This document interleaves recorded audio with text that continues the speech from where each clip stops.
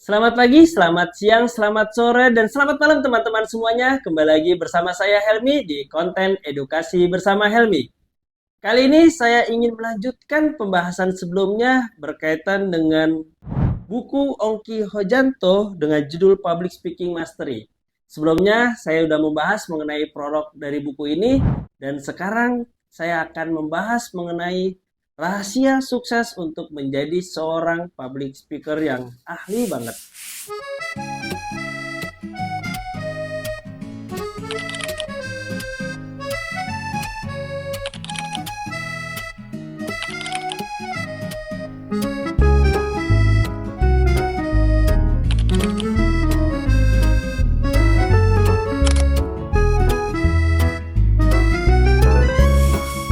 Kali ini membahas mengenai rahasia pertama, yaitu sukses sama dengan 1% bakat dan 99% kerja keras.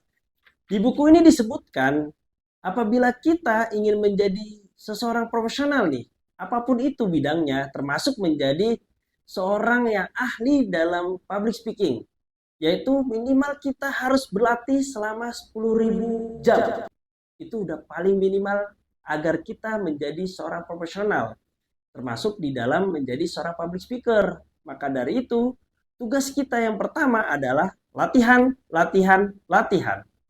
Dengan demikian, hal ini disebutkan juga bahwasanya nih, pemain biola profesional di penelitian ini ya, itu tuh dalam usia 20 tahun itu bisa mencapai 10.000 jam, maka dia sudah bisa mencapai atau menjadi seorang pemain biola handal.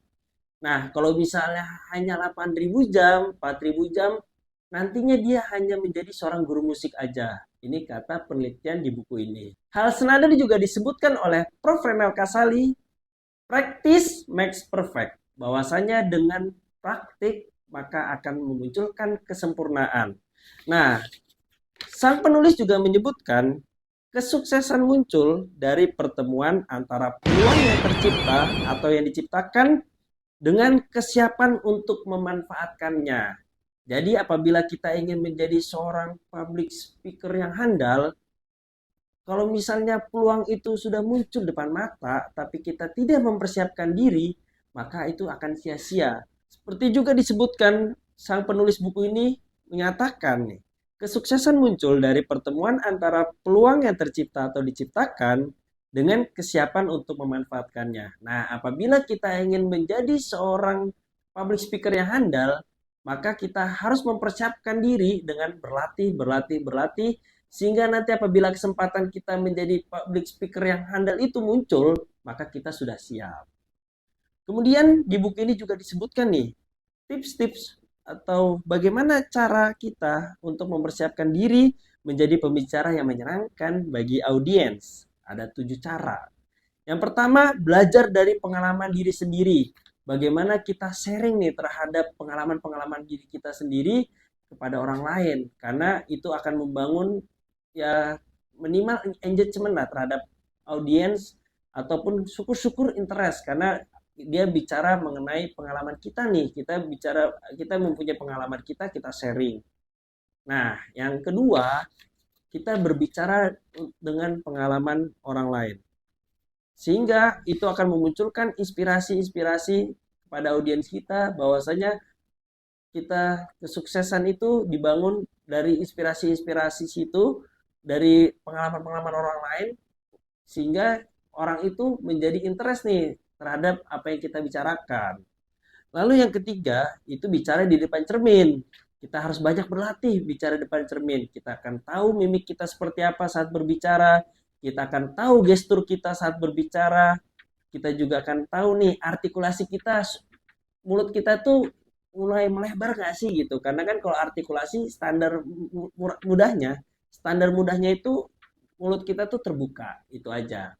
Nah, kemudian yang keempat, bicara kepada siapapun yang mau mendengarkan. Mumpung ada yang mau mendengarkan, kita ajak bicara. Mumpung ada yang mau mendengarkan, kita bilang nih, kita mau curhat, kita mau storytelling. Itu silahkan, karena ada kesempatan orang mau mendengarkan. Syukur-syukur ini bisa menjadi latihan kita untuk mempersiapkan presentasi misalnya.